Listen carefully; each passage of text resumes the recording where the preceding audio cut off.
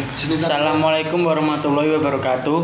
Perkenalkan, saya Rizky Setiawan Rahim, absen 27 dari kelas 11 MIPA 3. Di sini saya akan menceritakan sebuah cerita yang berjudul Salah Asuhan. Hanafi adalah seorang pemuda pribumi asal Minangkabau.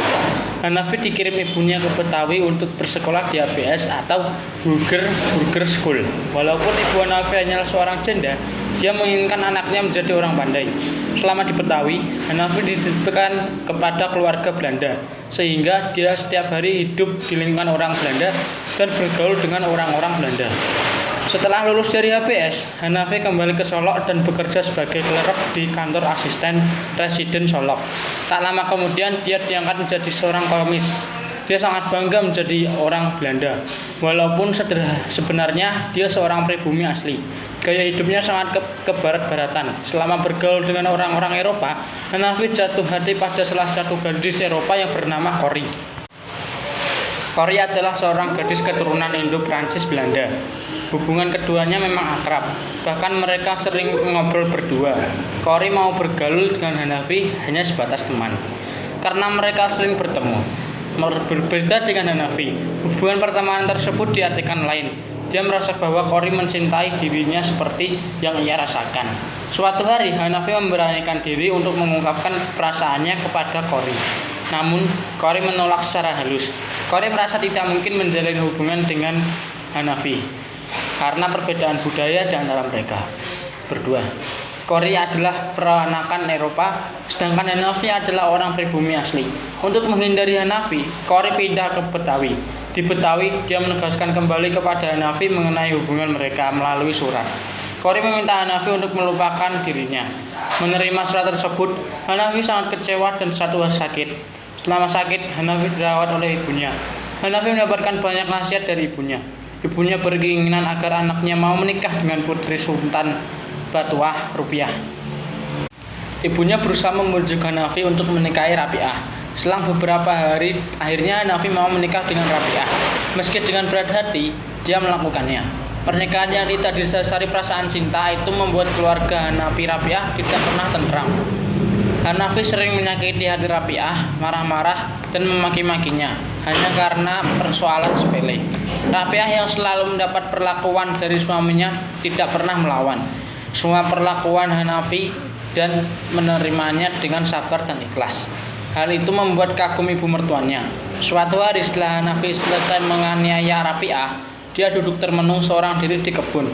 Ibunya menghampiri anaknya dan berusaha menyadarkan kembali kelakuan anaknya yang sudah kelewatan batas. Hanafi menanggapi nasihat dari ibunya dengan cara mencemooh ibunya. Pada saat yang bersamaan, tiba-tiba seekor anjing gila menggigit tangan Hanafi. Ibunya segera mencarikan dokter untuk memeriksa gigitan anjing gila pada tangan Hanafi. Dokter tersebut menyarankan agar Hanafi berobat ke Jakarta. Anjuran dokter tersebut sangat menyenangkan hatinya, karena kepergiannya berobat ke Jakarta tersebut bisa membuat Hanafi bertemu kembali dengan Corrie. Akhirnya Hanafi bertemu dengan Corrie, gadis yang sangat dia rindukan. Situasi tersebut membuat Hanafi berusaha keras untuk mendapatkan hati dan cinta Corrie. Bahkan dia bersedia untuk berpindah ke warganegaraan. Dia segera mengurus kepindahan ke pekerjaannya dan surat-surat untuk memperoleh hak sebagai orang Belanda. Setelah surat-surat tersebut selesai, dia memohon kepada Corrie agar bersedia menikah dengannya. Melihat tekad Hanafi yang keras kepala dan rasa ibanya kepada Hanafi, akhirnya dengan berat hati dia menerima permintaan Hanafi. Corrie tahu bahwa pertunangan itu akan membuat dirinya dijauhi oleh teman-temannya dari Eropa. Akhirnya dengan cara diam-diam mereka melangsungkan pernikahan. Sementara itu, Rapiah yang resmi dicerai lewat surat yang dikirim Hanafi tetap tinggal di Solok bersama anaknya Syafei dan ibu Hanafi. Pesta pernikahan itu dilaksanakan di rumah seorang teman Belanda Corrie. Tuan rumah itu tidak begitu ramah menyambut pernikahan mereka. Dia tidak suka melihat Hanafi yang seorang pribumi bergaul dengan orang Belanda. Pernikahan tersebut dilaksanakan secara sederhana dan dalam suasana yang kurang meriah. Sementara itu, Rapiah dan ibunya tetap menunggu kedatangan Hanafi di kampungnya. Walaupun mereka telah mengetahui bahwa Hanafi menikah dengan Corrie, Meski ditinggalkan suaminya, Rabi'ah masih tetap tinggal bersama mertuanya. Hal tersebut dikarenakan permintaan ibu Hanafi. Dia menyayangi Rabi'ah melebihi rasa sayangnya kepada Hanafi. Dia kagum atas kesabaran dan kesetiaan Rabi'ah terhadap anaknya. Rumah tangga Hanafi dan Qori tidak seperti yang mereka harapkan. Sedikit pun tidak ada ketentraman dan kedamaian yang sebelumnya mereka harapkan. Keluarga mereka dijauhi oleh teman-teman mereka sendiri.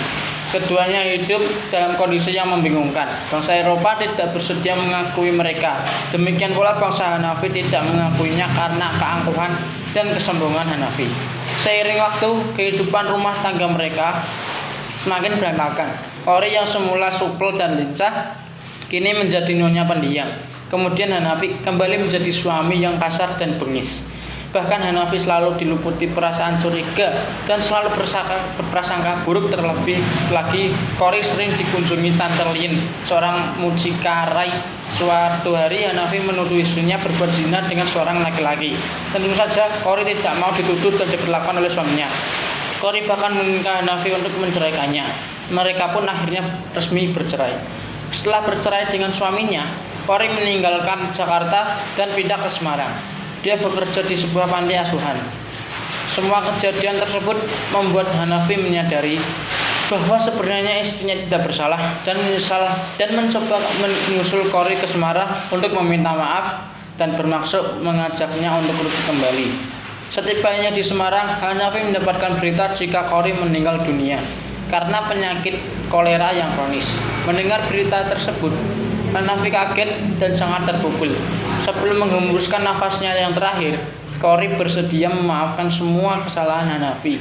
Perasaan menyesal dan berdosa tetap membuat Hanafi sangat menderita. Hanafi pun pulang kembali ke kampung halamannya di Solok dan menemui ibunya dalam pekerjaannya. Dia hanya termenung dan tidak terlalu bergairah. Beberapa waktu kemudian, Hanafi jatuh sakit. Hanafi segera dilarikan ke rumah sakit. Tetapi kata dokter, dia meminum suplimat yang bersifat racun dan akhirnya dia meninggal dunia.